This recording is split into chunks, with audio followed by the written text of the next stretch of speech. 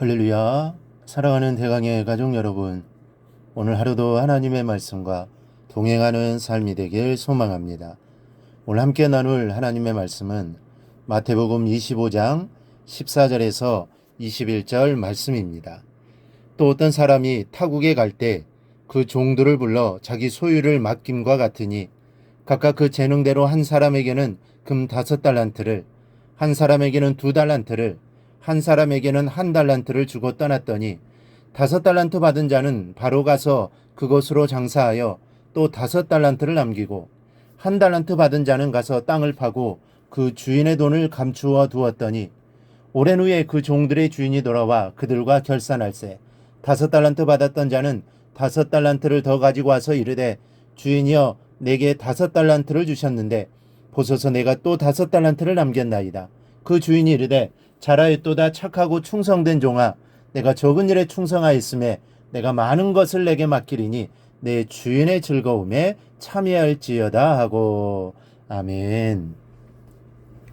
사람이 모여 사는 사회에는 언제나 여러 가지 문제가 있고 그 문제를 해결하기 위해서 제도가 생겨납니다. 그 문제 중에 하나가 분배의 문제입니다. 경제활동을 통한 이익을 어떻게 하면 모든 사람이 불평을 갖지 않게 고르게 분배하여 혜택을 받게 하느냐는 것입니다. 그래서 나름대로 틀을 마련한 것 중에 하나가 조세제도입니다. 누진세니 증여세니 해서 많이 가진 사람은 더 못 가지게 하고 적게 가진 사람에게는 이런저런 감면 혜택을 주어서 평등하게 하려고 애를 씁니다. 때로는 가진 자들이 반발하기도 하고 조세 저항도 있지만 아무튼 가난한 자들을 긍휼히 여기시는 주님의 마음이고 또 그 뜻이 세상의 법으로 나타나서 가난한 자들을 도울 수 있어야 합니다. 그러나 오늘의 말씀은 있는 자에게는 더 주고 없는 자에게는 있는 것까지 빼앗는다고 말씀합니다. 이 상식적으로 잘 이해가 되지를 않습니다. 그러나 주님의 이 역설적인 말씀은 물질의 문제가 아닌 영적인 문제를 말씀하는 것이요 사회의 법이 아닌 믿음의 법을 깨우쳐 주시는 말씀입니다. 본문에 보면 주인이 외국에 가면서 종들에게 자기 소유를 나누어 맡겼습니다. 그 능력에 따라 달란트를 맡겼습니다. 주인이 떠난 후 5과 2달란트 받은 종은 열심히 일해서 갑절을 남겼습니다. 그리고 1달란트 받은 종은 땅을 파고는 묻어두었습니다. 때가 되어 주인이 돌아와서 종들을 불러다 놓고 회개를 합니다.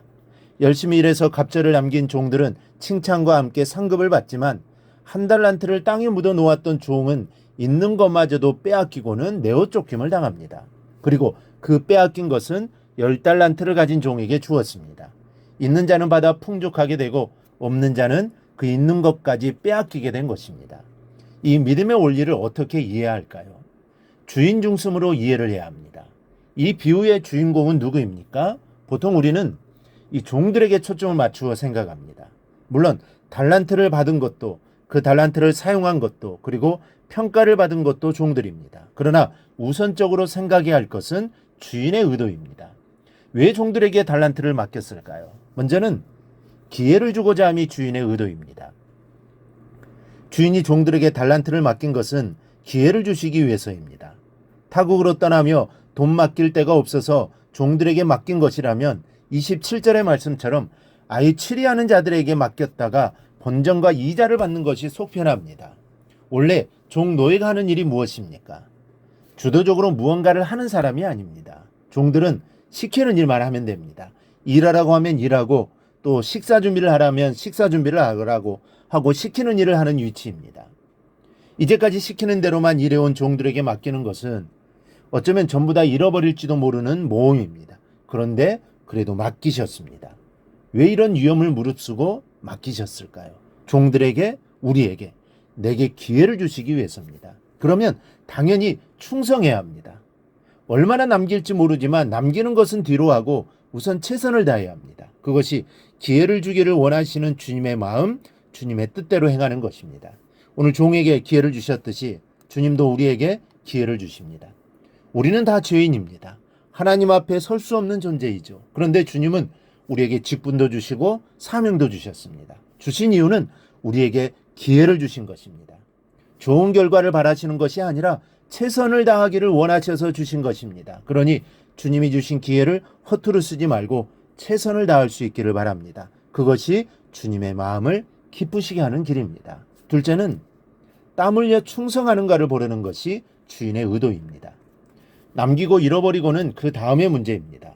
내가 얼마나 충성했는가, 땀 흘리며 주인의 뜻을 이루려 애를 썼는가, 이게 주인이 보시는 관점입니다. 달란트는 일하라고 주신 것입니다. 파묻어 두는 것은 하나님의 뜻이 아닙니다. 그러므로 믿음은 행동하는 것입니다. 행동하지 않은 믿음은 믿음이 아닙니다. 재밌는 이야기가 있습니다. 2차 세계대전 당시 죽음의 수용소로 끌려가는 한 유대인이 있었습니다. 거기 끌려오는 다른 유대인들과는 달리 그는 민족운동을 한 적도, 독일에 항쟁한 적도 없는 사람이었습니다. 자신이 죄도 없이 끌려오는 것이 억울하여 나는 독일에 반대한 적도 없고 아무 일도 한 것이 없는데 왜 죽이려 하느냐고 불평을 했습니다. 그러자 그 옆을 나란히 걷던 청년이 면박을 줍니다. 그러니 당연한 것 아니오. 당신은 이 난국에 나라와 민족을 위하여 한 일이 아무것도 없으니까 죽어 마땅한 일이지. 그렇습니다. 아무것도 하지 않는 것은 분명한 죄입니다. 기회를 주실 때 땀 흘려 일하십시오. 혹 실패할 수도 있습니다. 그러나 주인께서 책망하시는 것은 실패가 아닙니다. 일하지 않은 것입니다. 실패에는 다시 기회가 주어질 것이나 게으름에는 두 번의 기회가 없음을 기억하시기 바랍니다. 그러므로 하나님이 나에게 사명을 주셨을 때, 직분을 주셨을 때, 내가 주님의 일을 맡고 있을 때 최선을 다할 수 있기를 바랍니다. 충성할 수 있기를 바랍니다.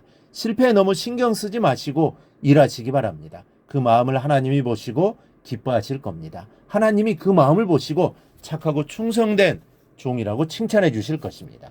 그 하나님을 바라보며 주님 맡겨주신 일에 늘 충성하는 우리 성도들이 되기를 주님의 이름으로 축원합니다. 오늘 묵상한 말씀을 굳게 잡고 삶으로 실천하며 살아내는 대강의 모든 성도들이 되기를 축복합니다.